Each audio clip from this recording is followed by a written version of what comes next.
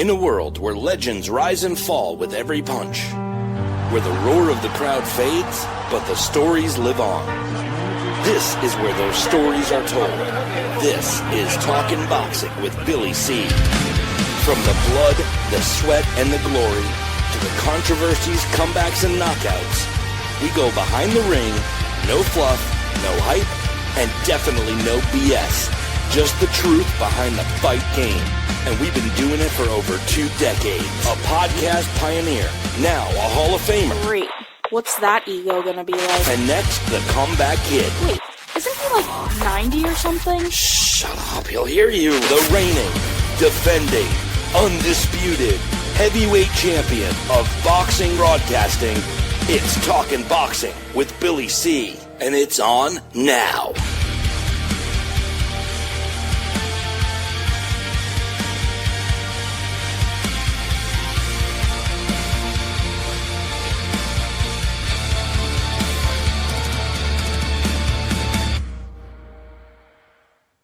And we're coming to you live from the Billy C. Studios.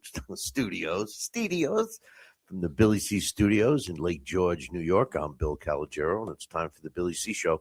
Good morning, good day, good evening, whenever you're watching, whenever you're listening. I hope you're doing okay today. Today's show, She's a Being brought to you in a part by my book, Tom Molyneux, From Bondage to Baddest. Man, what's going on? Tom Molyneux, From Bondage to the Baddest Man on the Planet, is available right now where all good books are sold, and you can get a copy of this book right now where you're watching or listening to this very show. Just visit Amazon. Hey, you can check out BillyCBoxing.com too, and let me know if the special's still going on. If not, I'll see what I could do with the publisher. Also, today's show is being brought to us in part by Classic Boats. Hey, listen, if you're looking for either a custom-built boat, or you have a classic boat that you need restored, or you're just looking for a classic boat, high-end luxury boats, check out classicboats.co. And by the way, for all my listeners over in Europe, check it out. We got a whole line over there as well. We got a busy show scheduled for you today, as usual. Give a shout out to everybody in the chat room. My man, Travis, the What's Next kid.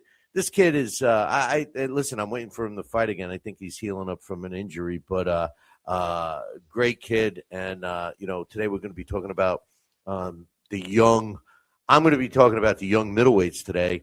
And Travis is going to be one of those guys we'll be talking about hopefully in the future.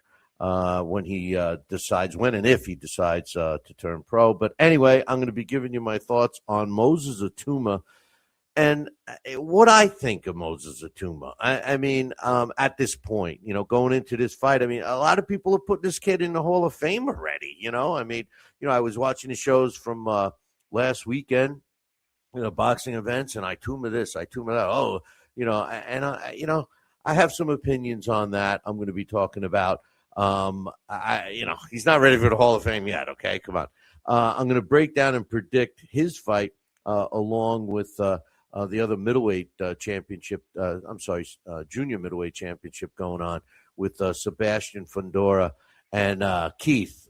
One time he fights one time in 5 years. That's Keith. I fight one time in 5 years. Thurman. I'll be talking about that one as well.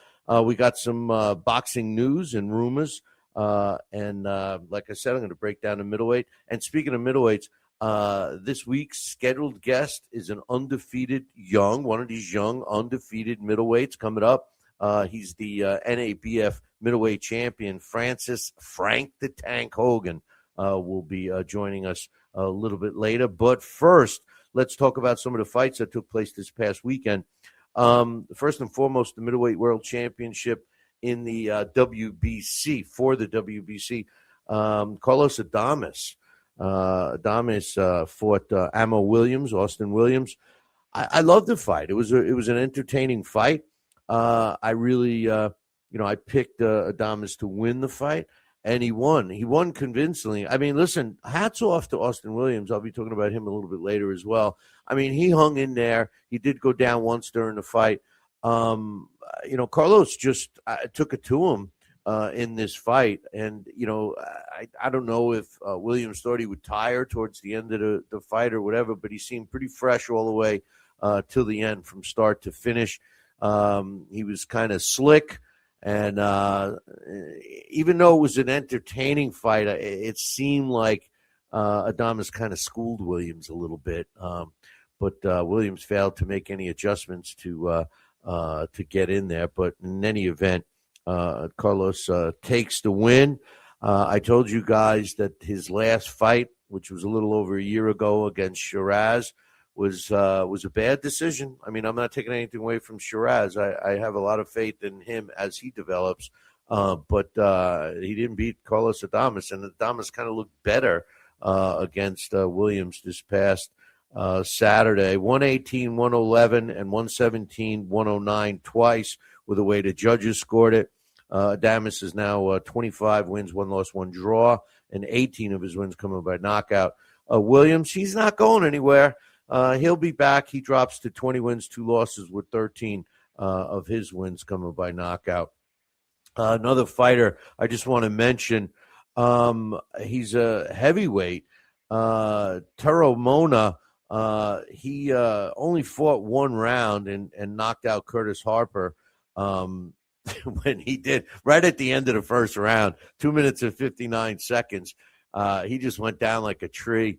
Curtis Harper did, and Harper's a definition of I call him kind of, listen, not by his conditioning or anything like that, or even his skill level, but he was kind of a throwback fighter in the sense that he does this for a living. This is how he makes money. They mentioned on the broadcast he's got to fight to support his 5 kids. So and that's the way it used to be back when boxing was actually a trade. Harper loses for the 13th time in his career. He's now 19 wins, 13 losses, with 13 of his wins coming by knockout. And Thurman, he improves to 10-0, all coming by knockout. Big guy from Australia, another one of these heavyweights to keep an eye on. On another card, there was a listen, you guys know, anybody that's been watching or listening to this show for any length of time, you guys know how much I love the UK boxing scene. But I just want to say, it's doing as good as ever. And they had some great fights out of England this past weekend. And by the way, I think all these fights, because the Adamas fight was competitive, this fight was competitive. I'm going to talk about another couple of fights, all very competitive. And as I was watching all the fights, I said, you know what? This sudden change with competitive fights by coming at us usually from promoters that really don't make their fights too competitive. I think it's the Dana White effect. Now fighters say, you know what? You got to be competitive. These promoters are saying you got to fight, which is good. But anyway, the fight I'm talking about, George Lidar took on Tyler Denny, put his British and Commonwealth titles on the line. It was a pretty cool fight. There was all kinds of drama. There was some power shots. There was some boxing. There was some drops. There was fighters getting hurt. I mean, we saw it all. But at the end, George Lidard improved to 14-0 with 8 knockouts. And Denny, who was the former European champ, he drops to 21 wins, 4 losses, and 3 of his wins coming by knockout. The way the judges saw that, after 12 rounds, all 3 saw it 116, 112. The co-main on that card was, and this is a middleweight, so keep that in mind. The co-main on that card was also a middleweight fight. 2 young fighters fighting each other. Giorgio Vasali. This kid Vasali, listen, keep an eye on him. I loved watching this kid fight. He was a beast. 11-0 now with 6 knockouts. Levi Giles took him to the distance, but Vasily retained his English lightweight title, 99-90 twice and 100-89.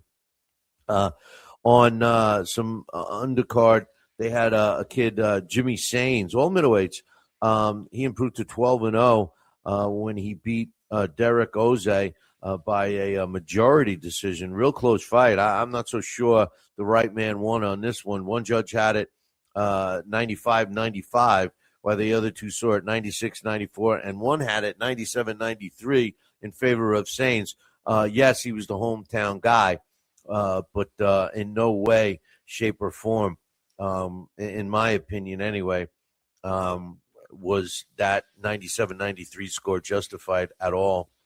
And in a pretty exciting fight that opened the card, Lili Buttigieg improved to 12-0 with 4 of his wins coming by knockout when he knocked out Jake Goodwin in the 9th round of their fight, their middleweight fight. 8 wins, 3 losses, and a draw now for Goodwin. And like I said, Buttigieg improved to 12-0 with 4 knockouts. The drama in this card was that Buttigieg was behind on all the scorecards going into that 9th round and basically crushed Goodwin at 2 minutes and 4 seconds of the 9th round to get the win. In a fight that I got to mention, because it meant something to me because it was one of Jimmy Birchfield's Classic Entertainment and Sports CES Boxing's fighters, and some guys that I know that in this business for a long time, like the Capiellos. They were all there.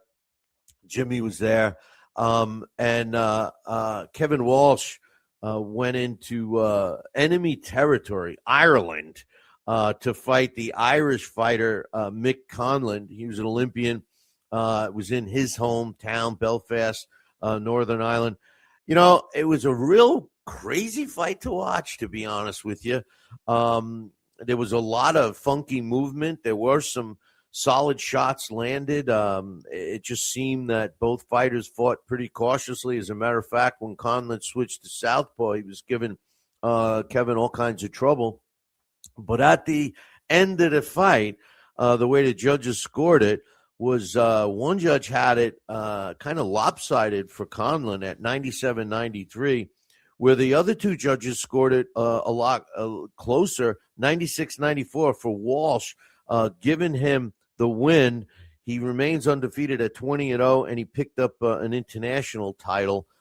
This is in the featherweight division. Conlon dropped to 20-4, and after the fight, he said, it's over. He ain't fighting no more. He ain't playing that game no more. So we'll see what happens with him. And here's the thing. People ask me about Zuffa Boxing, what I think of it. And I just told you about, 3 fight cards. Incidentally, I was 3 for 3 with these picks. I picked Walsh. I went with my heart in the fight, and he won. But the truth of the matter is that all these fights were competitive. And more important, there were a lot of middleweights fighting in this over the weekend. And it caused me to really dissect the middleweight division. And, I feel good about it. I feel good about the middleweight division. You know why? Because there's a lot of younger middleweights that you may not have heard of yet that are fighting each other. And what I'm seeing are fighters that are improving, fighters that are fighting each other, fighters that are aggressive, fan-friendly fighters, which I think is going to go a long way. Here's my example, and no disrespect to White Magic Maliki Jr. He's a fighter. He's fought in the New Jersey circuit, and he's fighting this weekend in Atlantic City in his hometown. And Vito is got a record of 22 wins, 1 loss, and 13 of his wins coming by knockout. He's taken on undefeated Omar Huyata. I believe that's how you pronounce it, who's undefeated at 15 wins, no losses, 1 draw, and he too has 13 knockouts. Here's my point, boys and girls. If you dissect this fight, and you take a look, Maliki happens to be ranked number 5 by the WBO, number 9 by the IBF, and number 10 by the WBC. The computer sees him at number 13, and you know how good I always feel real good about how the IBO's computer ranks their computers, not their computers, but computer fighters with their computer in general. And I like the IBO Top 100. I think it's the most accurate, and they have Maliki at number 12 in the world. So Maliki is one of these young middleweights that we need to keep an eye on. Here's my problem with this fight, and here's my problem with what we've been kind of forced to accept. Now, here I just talked about, and I'm going to bring it up again in a second here. I just talked about 3 or 4 middleweight contests that were really exciting, and they featured young middleweights going against each other, both with similar records, similar talent, and they made really good fights. And I got news for you. The fighters that did not come out with the W's are not going to lose their value, because there's going to be another one that's going to fight, and they're going to win, and they're going to keep rising. That's how boxing needs to work, not like this. When you look at this guy that he's fighting, Maliki, again, no disrespect to Maliki, this guy who's fighting is 15-0. I say this guy because I've never heard of him. And of his 16 pro fights, 15-0-1, 13 knockouts. Oh, he's a power puncher. 16 pro fights, boys and girls. Three, count them, 1, 2, 3 of his opponents of 16 fights had winning records. And 2 of those 3 had a 1-0 record. I mean, 1-0 is winning, right? But it's one fight. And not only that, the third, his winning record, 9 wins, 8 losses, and a draw. There's not one known familiar name, even if they had a relative who fought, is on his resume at all. How does the computer see him? At number 175. Now I ask you this.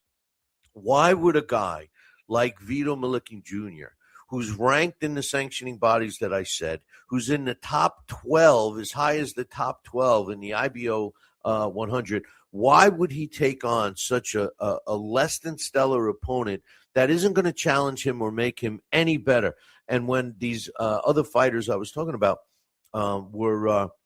they did challenge themselves, and they both looked good, even though one won and one lost. Now, when I take a look at the middleweight division right now, remember something. The 2 most glorious divisions in boxing are the heavyweight division traditionally. And don't get me wrong, there's a lot of great fighters in other divisions. I happen to like a lot of other divisions in addition to the 2 I'm going to mention. But the 2 glamour divisions that, throughout, the last century has been the heavyweight division and the middleweight division. And we've seen a lot of great all-time greats from both of these weight classes. When I look at some of these young up-and-coming middleweights, I get excited. Now, I'm going to put Maliki in that category because he's clearly a guy to keep an eye on. But the ones that don't seem to be afraid of losing their O, and in my opinion, will become the future of the middleweight division, especially the way boxing seems to be leaning right now. George Liddard, which was a guy that fought this past weekend, this kid, Giorgio Vasoli, what an action-packed, exciting fighter. Remember the name. You're going to see him again.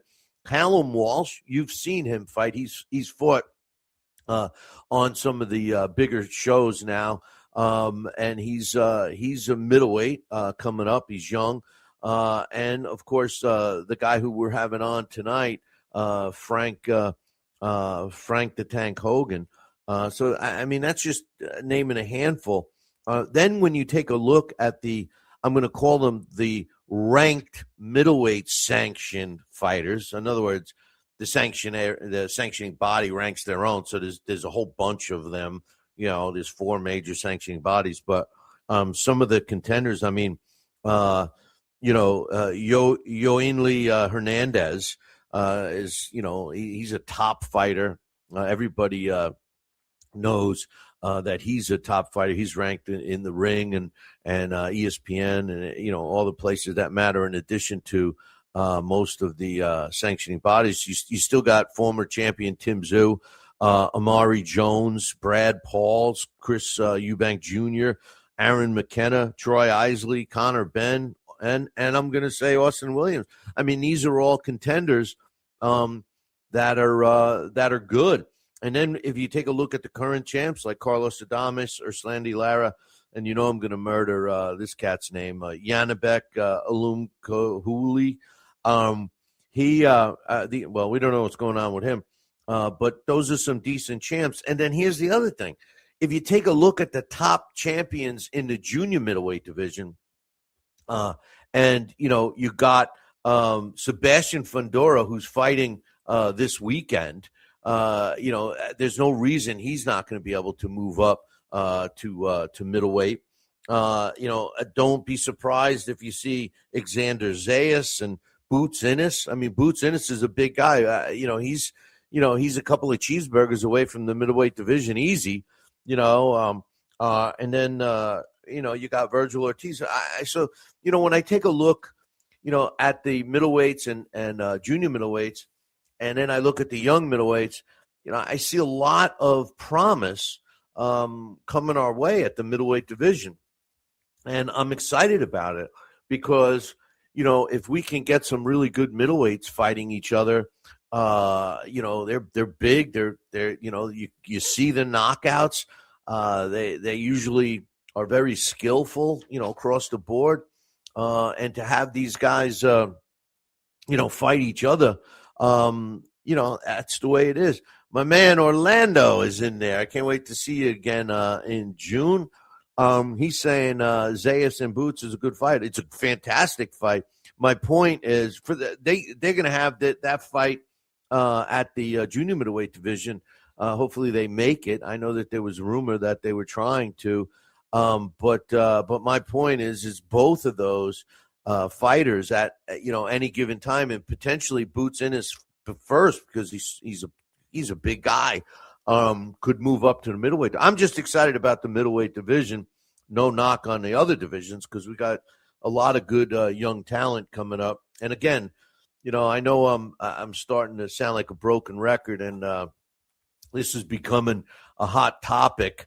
And it's almost as dangerous to talk about this topic as it is to talk about politics these days.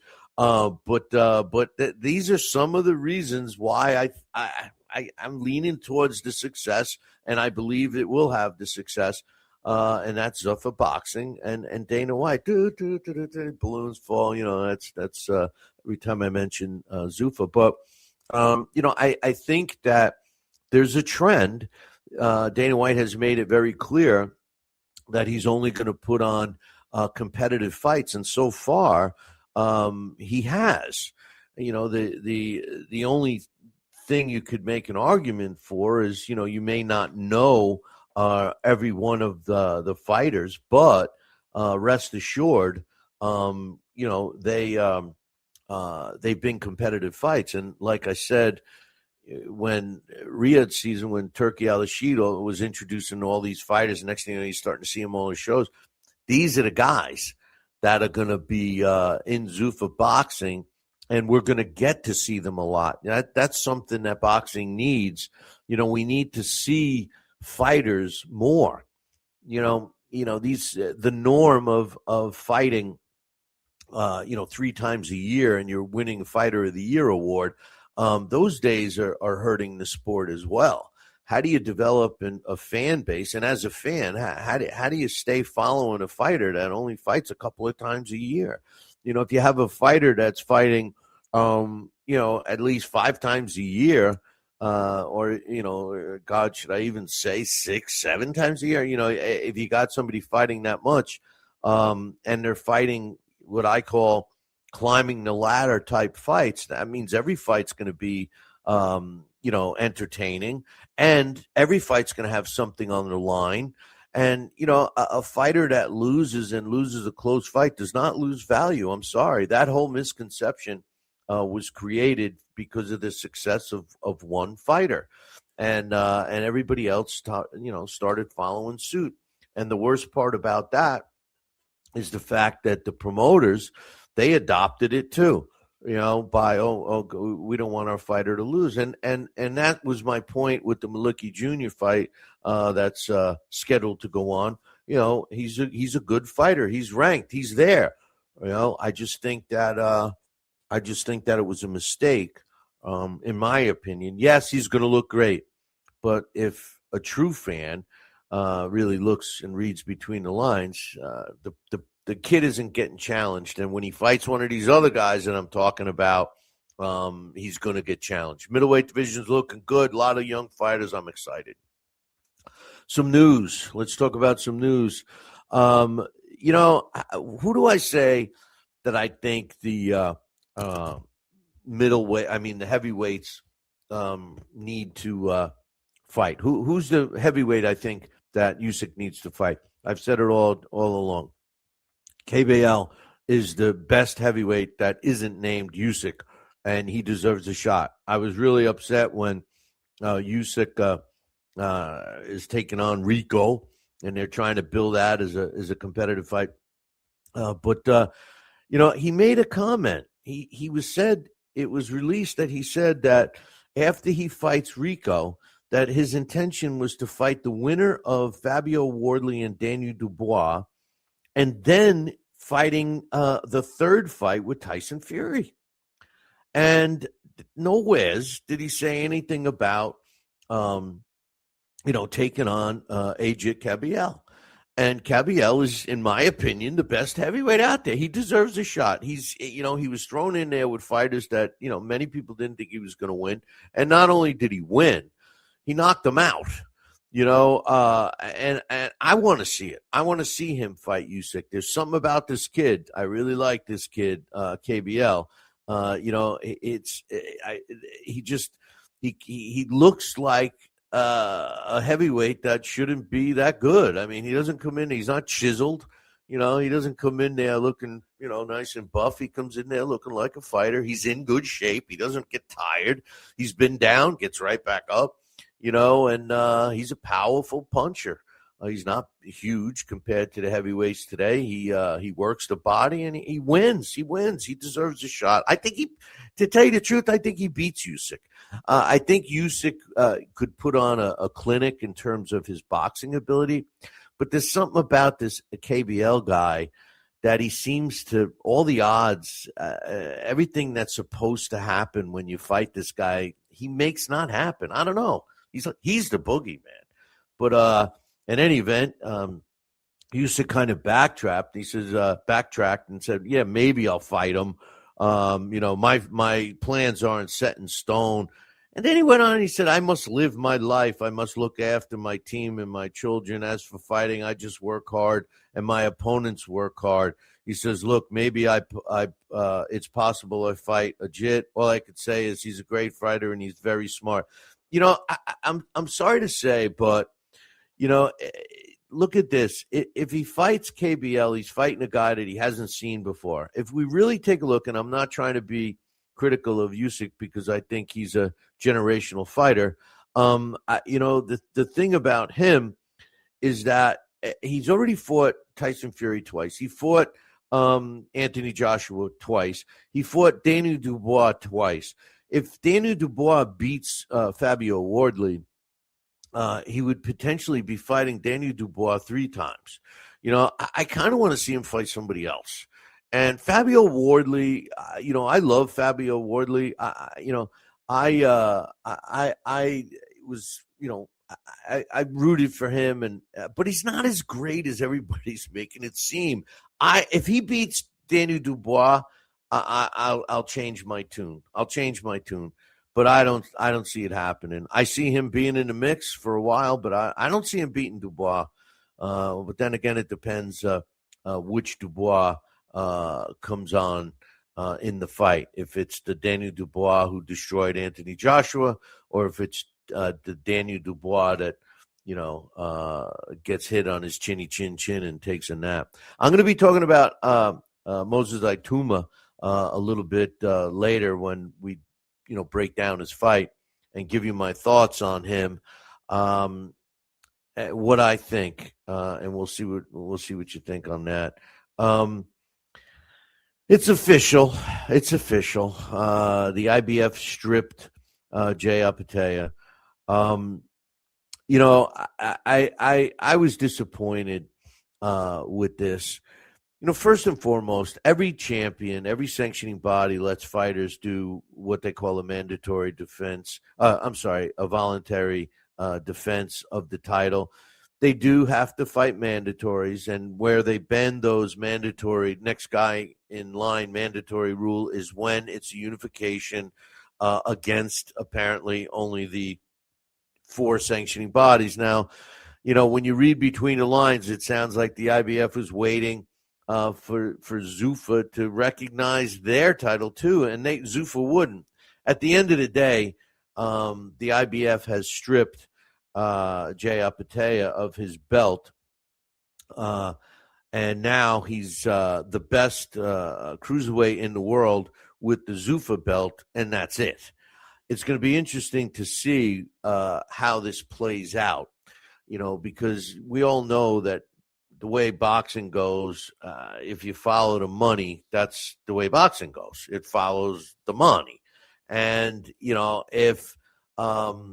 if let's say Turkey Al-Rashid says, hey, we want Jay Apatea to fight whatever, let's say Noel McKillian. He's got a title. He's got the WBC title. And the WBC says to McKillian, if you fight Jay Apatea for the Zuffa title, we're going to strip you of your belt. And Turkey Al-Rashid says, here, I'm going to add another 0 on the end of your paycheck. Do you think Noel McKillian is going to say, yeah, well, I don't want to risk, being stripped of the WBC belt. So, yeah, I'm going to turn down life-changing money and an opportunity to fight Jay Apatea to keep that green belt. I don't think so. I could be wrong. And I think that the IBF's move here was 110% a power play. And, I think that it's just shame that they did this, because now the boxing world, give a shout out to my man, Randy, who's in the chat room right now, Randy Gordon. I had the pleasure of being a guest on him and Jerry Cooney's show the other day. So hopefully you guys caught that, and you could check it out at the fights on Sirius. I know it's up on their app. The IBF is making a stand. They're drawing a line in the sand here. It's going to be interesting to see what happens, because if they're successful, this is what we're going to see. I don't think they're going to be successful. I think that at the end of the day, it's called prize fighting for a reason, and fighters, rightfully so, go to where the money is, and they'll go to where they can make the most money. And the titles themselves, used to generate a fighter more money, right? That's the whole that was the whole selling point. The whole selling point that the sanctioning bodies would tell fans and promoters and what have you, that by fighting for a belt, any belt, is worth more than not fighting for a belt. And for the longest time, that smokescreen, and that's my opinion, was shoved at us, and in some cases it was very believable, and over time everybody believed. Now we're starting to see, whoa, wait a minute, hold on. We got these good fighters that aren't even looking to fight for that Ichiachi East Global Asian Pacific U.S. Canadian belt, and they don't want to fight for that. They're going to go and fight another guy that, oh my goodness, has a similar record. And how much are they making? That's what's going to happen. And if that happens, we're going to end up with fighters making the most money that they can. We're going to end up as fans watching the best fights. But the most important thing for old boxing purists like myself, the best thing is that you're going to see the best fighters rise to the top.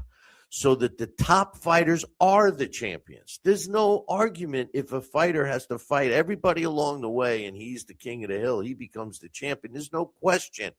There's no, my belt's worth more than your belt. I'm a better fighter than you. There's no more of that. And I think that that's good for the sport. And it will be good for the fighters. Now, this is all contingent upon them making money, because the knock on what's coming out now is you're hearing a lot of stuff from the UFC fighters saying, "Whoa, we don't make any money. We're not making the money. We're not doing this. We're not doing that." So it's going to be interesting to see how it all unfolds. Now, keep in mind, I don't know if you guys caught that, but it was announced that they passed. So they're going, this whole modification of the Ali Act is now, I guess, ready to be voted on for the final time, or it's going to be signed off on. It's pretty close. So you got to keep your eyes open for that. Some more news. I don't know if you caught this, but Golden Boy re-signed a multi-year partnership with DAZN. So now DAZN pretty much has all of the promoters. Listen, not that I'm a spokesperson, I keep telling you that, but DAZN's the place to be for fights. I mean, it really is. I bit the bullet, I rolled the dice, I went with their whatever platinum, the $50 a month or whatever, and I don't regret it one bit. I was saying on to Randy Gordon and Jerry Cooney the other day on their show, I said, I love watching fights starting at 11, 12 o'clock on a Saturday, and watch them into the wee hours of the night. For me, that's 8, 9 o'clock at night. And then these fights that take place here, in the States, they're hard for me to watch. The main event doesn't come on till midnight. But anyway, I was glad to see that Golden Boy and DAZN finally put their names on the paper. So Golden Boy joins the rest of the promoters, except for Zuffa Boxing. And I still believe that Zuffa Boxing will end up on DAZN too. I mean, DAZN is just a network, They don't have to sign any deals with, they call them exclusive, but that's exclusive to what? It's exclusive. Queensberry's got an exclusive. Matchroom's got an exclusive. Golden Boy's got an exclusive. I've seen other promoters on that network. So, it just means that they extended a contract for X amount of time, because they never did mention how long that extension was for. Shakur Stevenson, a lot of people have been saying how great he was. I told you guys, my man Larry Hazard, he's a boxing Hall of Famer. He's a commissioner in New Jersey. He was a great referee, a judge. He did it all. He was part of this show for a while. And I remember him. I got to dig up the episode. I've been finding all these interviews. I got a couple of great interviews with Ernie Shavers I'm going to be posting soon. But, I started, going back and checking these out. But anyway, Shakur Stevenson, Larry Hazard said on my show, "Hey, this is this kid. He's in the amateurs now. Just remember his name. He's going to be a world champion someday." He says his name is Shakur Stevenson. He said this on this show years ago. And now Shakur Stevenson is one of the best fighters in the sport. In my opinion, I was very skeptical, because to me, he showed defensive skill and showed offensive skill when he needed it, squeaked out wins. He wasn't an exciting fighter, all those things. And I wasn't really convinced until his last fight when he fought Teofimo Lopez. And so many people were thinking that Lopez was going to beat him. I thought Shakur Stevenson fought the perfect fight. He was defensive. He was offensive. He went in for the attack. And I believe, in my opinion, it was the best performance of his professional career. And I think he put it all together. And that performance, I believe, catapulted him, in a sense, to being separate than the other fighters. He's that much better. And I contribute a lot of that to Terrence Crawford. He teamed up with Terrence Crawford, and that mean streak that Terrence had he probably still has, possesses, the way he could flip that switch and be so aggressive in a fight is unique. It's innate. It's something that fighters either have or they don't have. And Shakur Stevenson looked like, he's trying to get it, and with that said, there was a lot of rumor that, he was going to, there was some other fighters that that were saying that he was going to, specifically Keyshawn Davis. And he said, no way. He said, I'm not fighting. I'm sorry. That's the Devin Haney. Shakur Stevenson was saying that his toughest fight is behind him. Doink. His toughest fight is behind him. And believe it or not, I thought he was going to say Teofimo Lopez and all this. He said Zapata. Zapata was the toughest fight. He said that you'll never see a close fight like that again with him because he thinks that he's that much better. Now, the thing I was jumping the gun on, Devin Haney was critical online. You know how everybody talks online, and he was saying that Keyshawn Davis was saying that he was going to be fighting Devin Haney or was negotiating. And Devin Haney said, yeah, that's BS. I'm not. And he said, my next opponent is going to be Raleigh Romero. And, he says, so, hey, to you, Keyshawn Davis, you're full of what. I'm going for a unification fight. Then it comes out today that, after Devin Haney says that, it's going to be uncertain if the WBA allows Raleigh Romero to fight Devin Haney because he's got a mandatory, and his mandatory, Shakram Gaziov, has been waiting for years for this. He's been their interim or regular champion for years, and he made some noise, and now it seems like it may happen. They may force it. So keep your eyes on that. Now, what could happen is, Raleigh Romero could let him take the belt and go and fight Devin Haney for some money and Haney's belt. That could happen. Listen, the whole Devin Haney thing, in my opinion, he's a guy that I don't know. I personally don't think he could draw flies to a garbage can. I really don't. He's a boring fighter. He's not a likable guy at all, and his father makes it worse. I know Oscar De La Hoya was talking about the potential of or pushing to have Devin Haney fight Ryan Garcia again. I believe Ryan Garcia should fight Shakur Stevenson, but that's another story. Devin Haney's trying to get something because of Ryan's injury, and now it looks like that didn't work out for the poor kid either.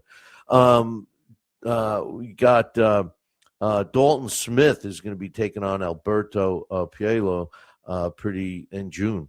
That fight was being talked about for a while, and it was just made. But today we were talking about middleweights, and I told you we got an undefeated up-and-coming middleweight who's defending. He's the current NABF middleweight champion. He's defending that title this weekend, taking some time off from training. Ladies and gentlemen, boys and girls, children of all ages, joining us right now is Francis Hogan. Frank the Tank Hogan joins us. What's up, brother? Can you hear me? Hey, how's it going? Oh, okay. I can hear you. Can you hear me? But how you doing? Yeah, I can hear you good now, man. Thanks for joining us. I know you're getting ready. You're at the end of your training camp. You're fighting Saturday. Yep. So how's that going? You ready for the fight? Yeah, I'm ready for the fight. Saturday. Ready? Oh, yeah, I'm always ready. Hey, listen, as I'm looking through you and your career, in 2024, you fought two guys that were supposed to let you go rounds, and you blew them both out. I'm talking about in September of 24, you blew out Rondon in one round, and Elvin Ayala, who was supposed to give you rounds for that fight, you took care of him in two. have you since then? Do you look for the knockout, or did they just come? No, I think they just come. I just get in there, I do my thing, I stick to the game plan of what my trainers tell me. They always tell me I listen pretty well. So I listen to my corner and I stick to the game plan from the training camp and I go in there and try to execute it. But if the knockout comes, the knockout comes. I don't try to look for it because that's usually when a fighter gets clipped and hurt or the tables reverse, so I don't want to have that happen to me. No.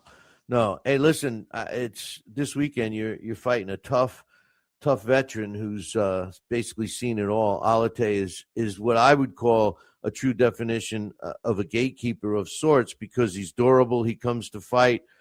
He's been in there with all the top guys. Do you think a win over Alate this weekend will open up some doors for you? And do you feel you have to stop him? So it depends. It all depends on the first round, really. I would like to get him out of there personally, but I do have a game plan, and I'm going to stick to it with what I train for in training camp. I know he's tough. I know he's durable. A lot of guys say he comes forward. I don't know. I've watched his fights. I think he kind of lets the other fighter dictate the pace and dictate what's going to go on. He has one like motion throughout the whole fight. He never steps it up. He never turns up the gas or anything that I noticed. He's nothing crazy. He's just tough and he is durable. He's got some good boxing skills. He's keeps his hands up, tight defense. But I do think I will catch him and I do think I will get him out of there. Well, he's cagey. I will tell you that. I know that. Most of your fights has been basically in front of your home fan base.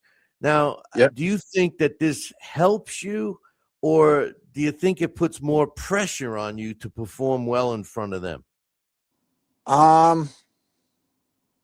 I was being honest, I'd say it makes me feel like I have more pressure on me all the way Yeah. up till we get to like walkout. And then once I'm about to walk out, I mean, then I kind of just forget about the crowd and the fans, like they can't get in there and fight for me. So it's all on me then.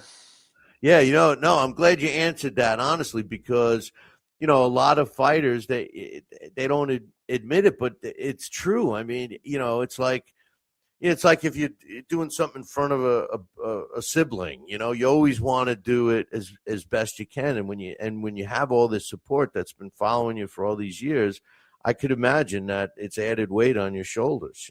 So that's cool that you're able to balance that. I've seen you live a couple of times at the Connecticut casinos there, Mohegan Sun and Foxwoods. And, for your weight class, you're pretty tall, you got a good reach, and you're a southpaw. Do you feel that really helps you set up that knockout punch, when you're utilizing your jab and you're able to land a knockout punch with your left that a lot of orthodox fighters have trouble seeing? Yeah, I think it's sneaky and I think it's hard to defend. You can train it in training camp, but unless you're sparring top-notch guys that fight just like me really, then you're not going to know how to defend the shots that I throw with my left hand properly. My uppercuts, my body shots, head shots, like me even being able to set them up. Like some guys can't pick up on how I'm going to set them up. I'll throw to the head for 2 rounds and then I'll go to the body the third round and get them out of there, Yeah. If you had to describe yourself, your style to someone that never got to see you fight in any way, shape, or form, they never saw video, never saw you live, how would you describe your style yourself? I'd say I'm a boxer, puncher, and I can really fight in any predicament. I can fight on the inside. I can fight from the outside. And I do both. Like, I don't just stick to one game plan and always fighting on the outside. And I also don't fight always all the time on the inside, but I go back and forth. And I would say lately it seems like I'm a body puncher to get guys out of there. You've been dropping a lot of guys with body shots. That's great. Body shot. Listen, body shots. Well, listen, you're trained. I know you're working with a good team, so I'm sure they say the same thing. But body shots breaks down an opponent. They're hard to come back from. But Yeah. I got one last question for you. I know and your team definitely knows that a really good performance this weekend against Alate is going to open up some doors. I was talking about it earlier, how hot the middleweight division is, especially there's a lot of younger fighters like yourself that are right on the cusp, and a good win is definitely going to open those doors. Have you prepared any differently for this fight, because of that extra? Not only you got all your fans there on your shoulders, you got the weight of a good performance coming up that's going to open some doors. Have you trained any differently? I mean, I train just as hard as I usually would, but I would say that I definitely worked, which most guys that aren't fighters or boxing knowledge guys wouldn't understand, but we train the basics a lot this training camp. Hands where they're supposed to be when you're throwing certain punches, and how your feet should be, where your head should be, like all that stuff. Moving my feet properly, moving around the ring, being able to control a guy, even when in a clinch, being able to control a guy with my feet, like we drilled that a lot this training camp. So I think that's going to be a huge factor in this fight. Yeah.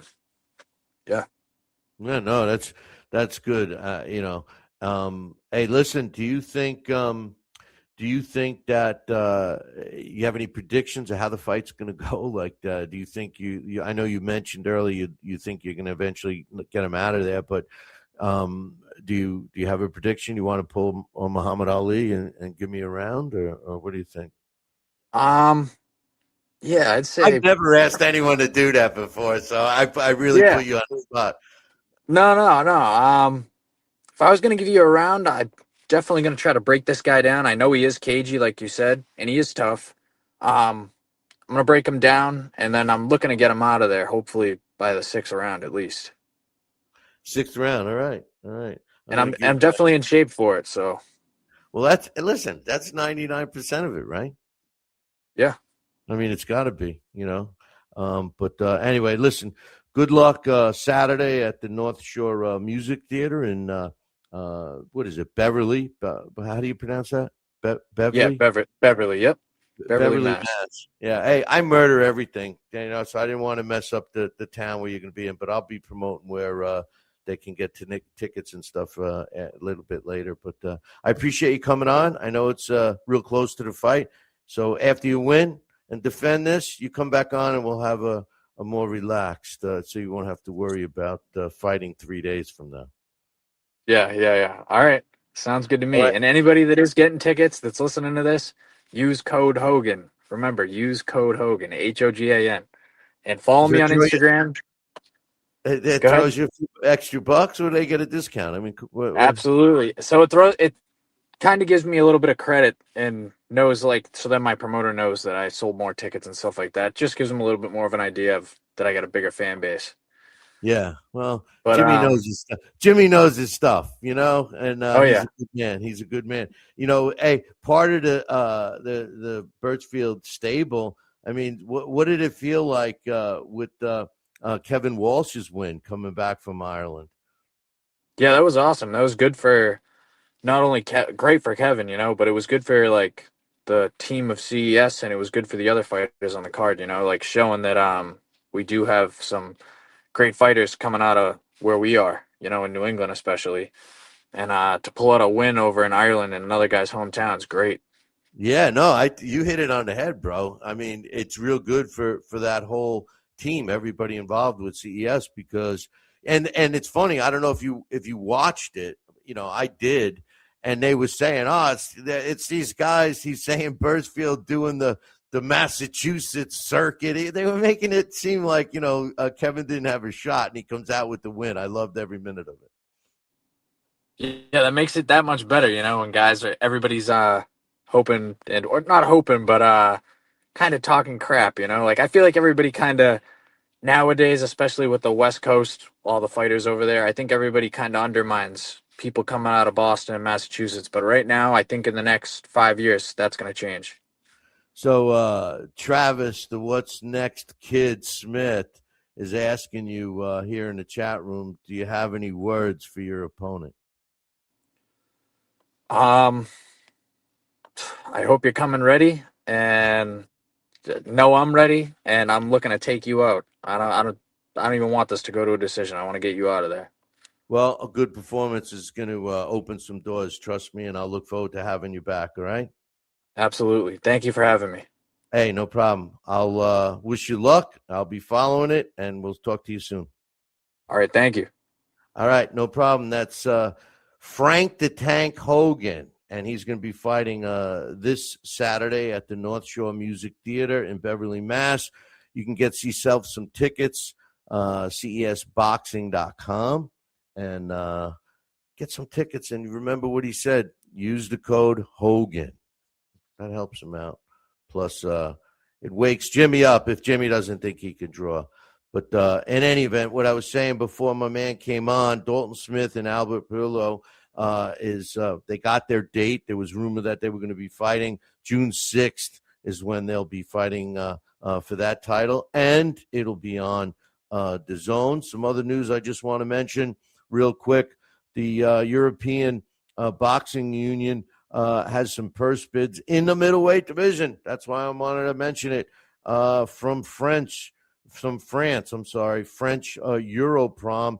They won. They were the sole bidder for a French championship match between Bial Jiktu, who's 21-2, and the current EBU champ Michel Soro, who's 38-4.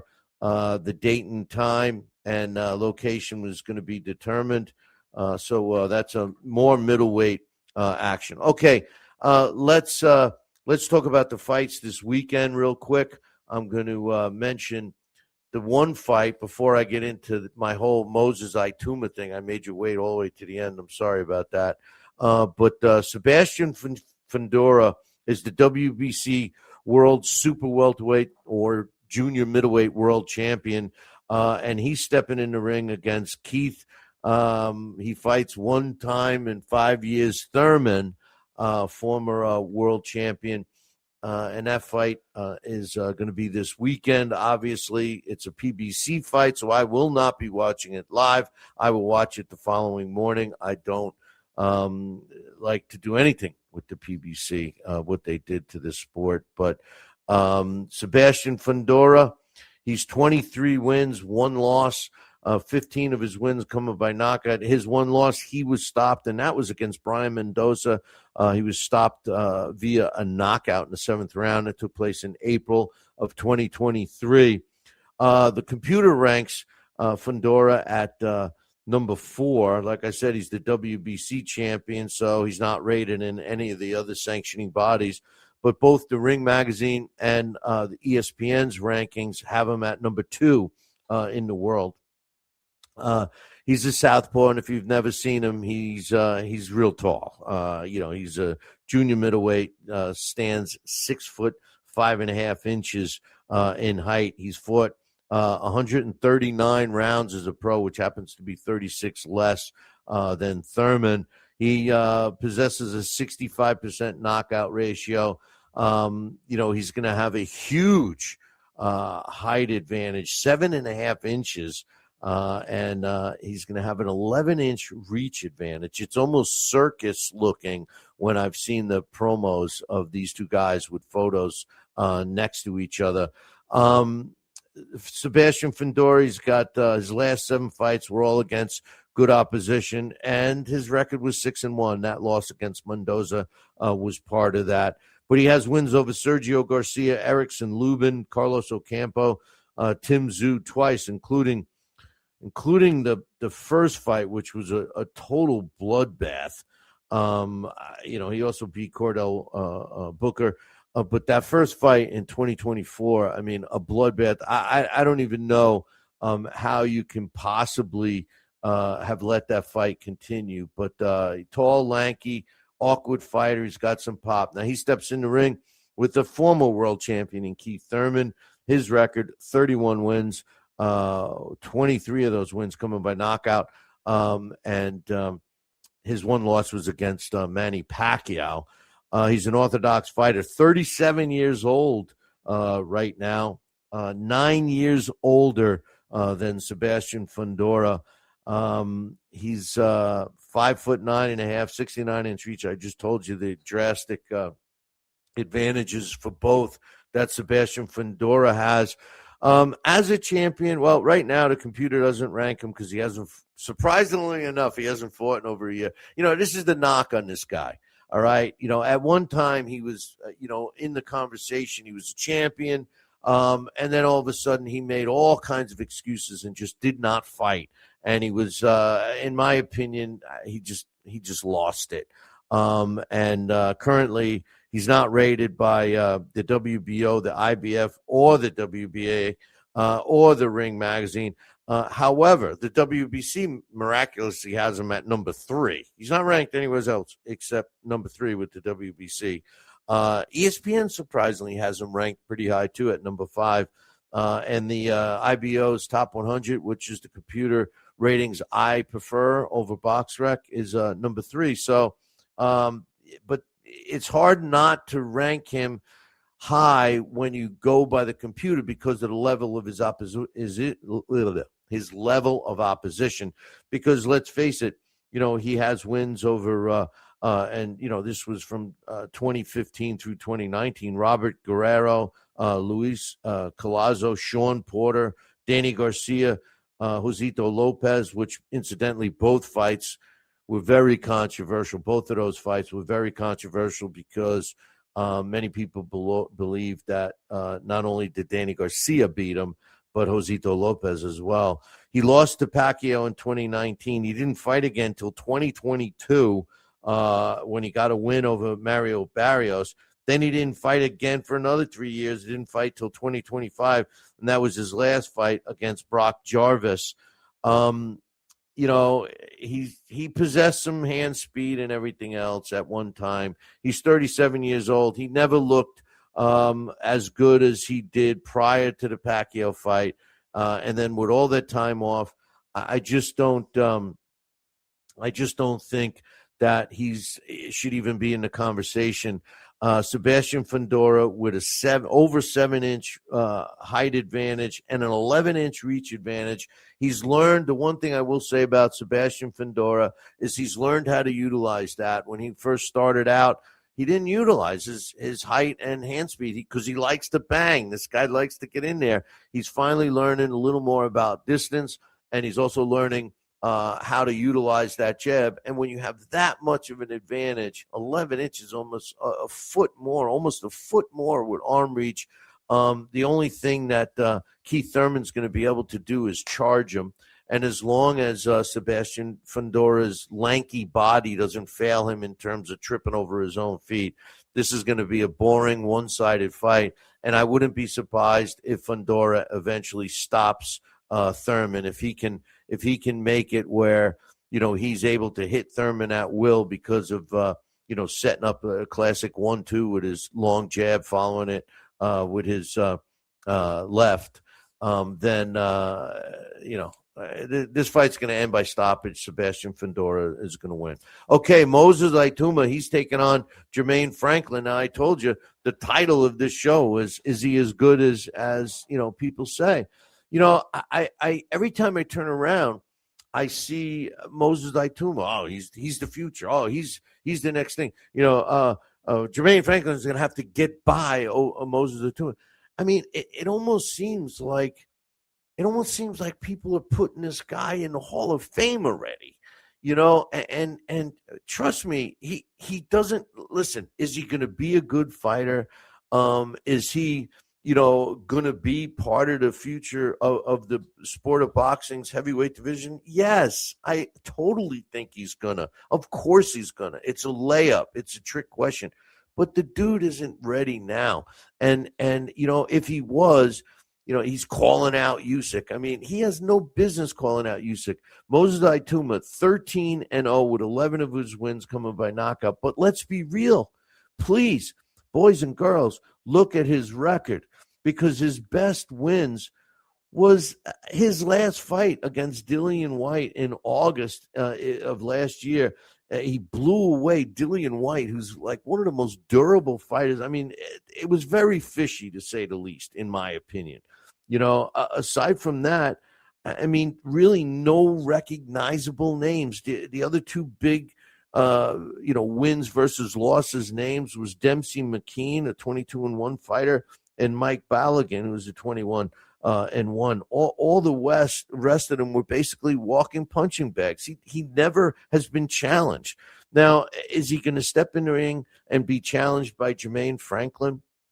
I don't know. I'll get to that in a second. But my point is you can't possibly put Itauma on a pedestal until he has beaten a top guy. Now, by no means do I feel he needs to be rushed. I think that Jermaine Franklin is a good opponent for him right now. But then after that, he should not catapult into a title shot. He needs to fight someone else, like an Andy Ruiz Jr. would be a good fight for him. Somebody along those lines, or even the winner of the fight with what's his face, Miller. Miller's next fight. The winner of that fight. I don't know. The winner of that fight is probably going to get a world title shot. So, all I'm saying is Moses Itauma has not proven anything to me. And even beating Jermaine Franklin, he's not going to prove anything. Jermaine Franklin is 32 years old, which is 11 years older than Itauma. He's got a record of 24 wins, 15 coming by knockout, and 2 losses. His only 2 losses, a majority decision loss to Dillian White, and that was in 2022. And then in 2023, Anthony Joshua took him the distance, but beat him. When you look at the rest of his resume, the 24 wins, he's got wins over okay opposition, but no big names. I mean, he beat Jerry Forrest, who most people have heard of, but the other wins by fighters that had decent records, Pave Sauer, Isaac Gutierrez, and Ivan Daicho, they all had records, but how many people really has ever seen them or heard of them fight? The computer ranks him at number 36. He's not ranked anywhere else except, ironically enough, he's ranked at the WBO at number 10 and the WBA at number 10. I think these sanctioning bodies keep a guy like Jermaine Franklin around, ranked in their top 12, just in case they need to get a fighter a W or by a ranked fighter, even though that's not fair to say with Jermaine Franklin because he's only got 2 losses. My point is that when he steps up and fights the better fighters, he usually comes up on the losing end, like he did when he fought 2 better fighters, Anthony Joshua and Dillian White. He's got a 63% knockout ratio. 149 rounds as a pro is a lot more than Moses Itauma. He's 123 more. He's 6'3", so he's given up 1.5 inches, and his arm reach is 77 inches. He's given up 2 inches there. Now he steps in with Moses Itauma. Moses Itauma is a fighter that I believe will be in the conversation. Like I said before, he's 13-0 with 11 of his wins coming by knockout. The computer has him at number 15. The WBO, WBA both have him at number 1. The WBC has him at number 3. The IBF has him at number 11. When they're ranked in all the sanctioning bodies, you know what that means? That he could fight for any one of those titles, and they would approve him, except for maybe the IBF because he's ranked below number 10. But Ring has him at 7. ESPN has him at 8, which shocks the hell out of me. I mean, because of what I just said, a win over Dillian White catapults him to being ranked in the top 10 anywhere. I just don't see it. Anyway, it aggravates me. He's a southpaw, and he's got pop. There's no question about it. He's only 21 years old. He's got an 85% knockout ratio, 6'4.5", 79-inch reach. His best wins, like I said, Dillian White, aside from that, nothing. How's the fight going to go? Well, Moses Itauma is going to win the fight. He's going to win the fight. It's going to be interesting to see how he wins the fight. I would not be surprised. Franklin's not known for knocking people out, and he certainly hasn't fought, and beat top-notch opposition. But we'll get a good idea about Itauma. And what I mean by that is Itauma is going to come out and treat Franklin the way he has with all of his other opponents, including Dillian White, which was shocking, with no respect, and try and end it in one.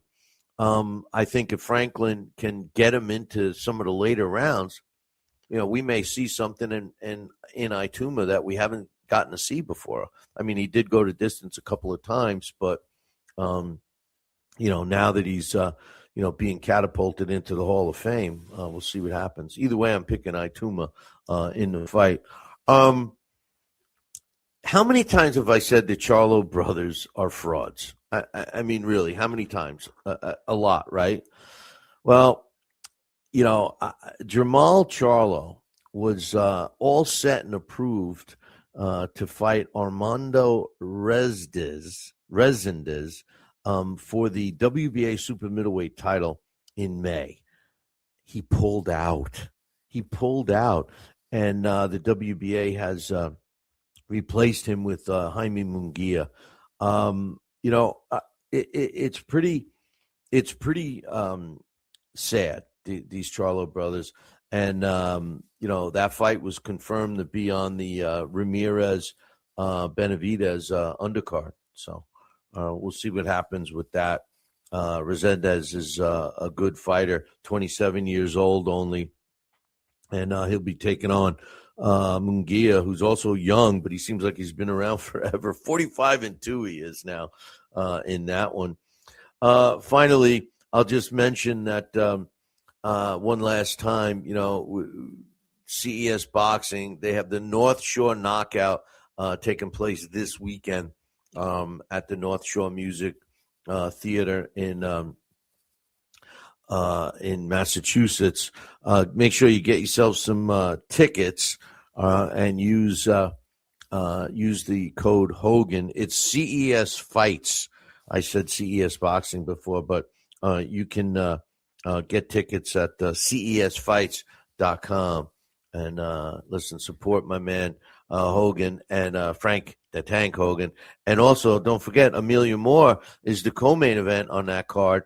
And you guys know we love Amelia Moore, and she's fighting for her first title on that card as well.